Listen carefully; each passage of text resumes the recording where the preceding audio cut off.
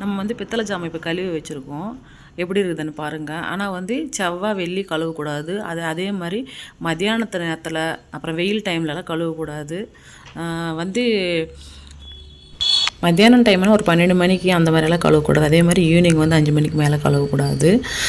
நான் எப்படி கழுவிருக்கேன்ட்டு வாங்க வீடியோக்குள்ளே போகலாம். ஹாய் வணக்கம் ஃப்ரெண்ட்ஸ். நம்ம இன்றைக்கி பித்தளை ஜாமான் எப்படி தேய்ச்சி சுத்தம் பண்ணுறதுன்னு பார்க்கலாம். ஃபஸ்ட்டு குங்குமத்தெல்லாம் வந்து தண்ணி ஊற்றி அலசுக்கணுங்க. ஒரு எலுமிச்சம் சைஸில் புளி, அப்புறம் சபீனா. புளி வந்து தண்ணி ஊற்றி ஊற வச்சுக்கிட்டோம். சபீனா தான் நாங்கள் அது தேய்ச்சிடுறோம். வேறு எதுவுமே அந்த பவுட்ரெல்லாம் எனக்கு கையை ஒத்திக்கலை. ஒரு வாட்டி தேய்ச்சி பார்த்தா அது எனக்கு புள்ளியாக வந்துச்சு. கையெல்லாம் எரிச்சல் கொடுத்த ஆரம்பிச்சிச்சு. அதனால் நான் வந்து எப்போவுமே இதையே கண்டினியூ பண்ணுறேன். புளி, சபீனா. இப்போ வந்து குங்குமம் வந்து ஃபுல்லாக எல்லாமே பூ குங்குமம் எல்லாத்தையுமே வந்து நம்ம கழுவிக்கணும். இல்லைன்னா கையெல்லாம் ரொம்ப ரெட்டிஸாக தெரியும் தேய்ச்ச பிறகு.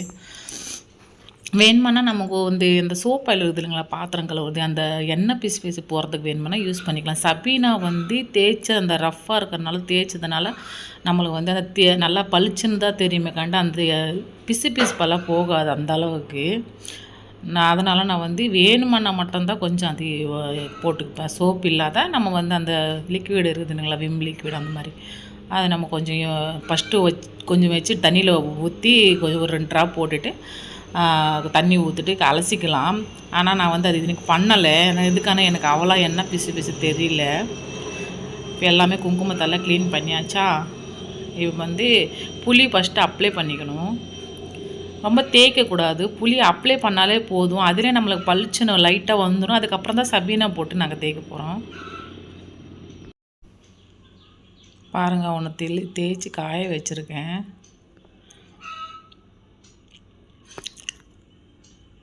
நான் வந்து கொலா வருது இல்லைங்களா தண்ணீர், தெரு கொலா தண்ணி தான் பிடிச்சி வந்து நாங்கள் வந்து ஊற்றி இந்த ஜாமக்கெல்லாம் அதுதான் அந்த நம்ம வீட்டில் டேப் தண்ணி யூஸ் பண்ணோம்னா கொஞ்சம் மஞ்சளாகவே ஆகிடுது. அந்த அளவுக்கு பளிச்சுன்னு தெரிய மாட்டேங்குது. அதனால் புளி லைட்டாக அப்ளை பண்ணிவிட்டேன். நான் அப்ளை பண்ணிட்ட பிறகு அது கட் பண்ணியிருக்காராட்டுக்குது எங்கள் வீட்டுக்காரர், எனக்கு தெரில. புளியை அப்ளை பண்ணிவிட்டு கொஞ்ச நேரம் விட்டுருந்தேங்க. அதுக்கப்புறம் வந்து ஒரு சாமாவை நம்ம வந்து சபீனை போட்டு தேய்க்கணும். அந்த விம் லிக்விடு போட்டு கூட நான் வந்து லைட்டாக தேய்ச்சிருக்கேன். என்ன நினைக்கிறேன் எதுக்குன்னா அந்த விளக்குக்கு மட்டும்தான். அது உள்ளே எண்ணெய் பீசு ஒன்று தேய்ச்சாமன்னா எல்லா பாத்திரத்துக்கு இது பாருங்கள். புளியை அப்ளை பண்ணியாச்சு. இப்போ வந்து ஒன்று தேய்க்கிறேன். எல்லோரும் சொல்கிறாங்க வெள்ளி எல்லாம் ரொம்ப தேய்க்கக்கூடாதான்ட்டு. இந்த அளவு கரையல்னு இருந்தால் விளக்கேற்ற மனசு வர மாட்டேங்குதுங்க. லைட்டாக தான் சபீனை போட்டு தேய்க்கிறேன். ஆனால் பளிச்சுன்னு வந்துடும்.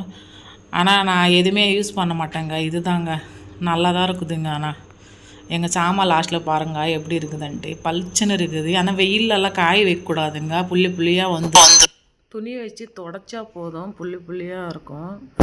தொடச்சாலே நம்மளுக்கு போதும். நம்ம வந்து வெயிலெல்லாம் ரொம்ப காய வைக்கக்கூடாது. பாருங்கள், தொடச்சி வைக்கிறேன் எப்படி இருக்குதுன்ட்டு.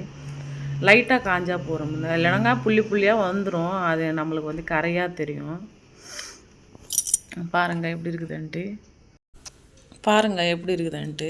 வந்து தெருவில் ஒரு அண்ணா பார்த்துட்டு தங்கம்மான்னு கேட்டார். ஆமாம், எடுத்துன்னு போங்க அண்ணான்னு சொன்னேன். தங்கம் மாதிரி சொல்லிக்குது. இன்னொரு அக்கா என்ன சொன்னாங்கன்னா, ஆள்ற ஜாமாவா இது, புதுசாகவே இருக்குது, ஆளாத ஜாமான் மாதிரி இது, புதுசாக வாங்குற மாதிரி இருக்குதுன்னு சொன்னாங்க. எதுவுமே நம்ம லிக்விடெல்லாம் எதுவுமே பழைய மாதிரியே நம்ம பயன்படுத்தினாலே போதுமேங்க. நல்லா தான் இருக்குது. சர்மம் அதெல்லாம் நினைக்காத அந்த சபீனாவே இது புளியே போதும். புதுசெல்லாம் ட்ரை பண்ண நம்ம ஸ்கின்னு தான் வேஸ்ட்டாக போகுது. நீங்கள் இந்த மாதிரி ட்ரை பண்ணி பாருங்கள். பிடிச்சிருந்தால் லைக், ஷேர், சப்ஸ்கிரைப் பண்ணிக்கோங்க ஃப்ரெண்ட்ஸ். எப்படி இருக்குதுன்னு கமெண்ட் பண்ணுங்கள் ஃப்ரெண்ட்ஸ். வணக்கம், நன்றி ஃப்ரெண்ட்ஸ்.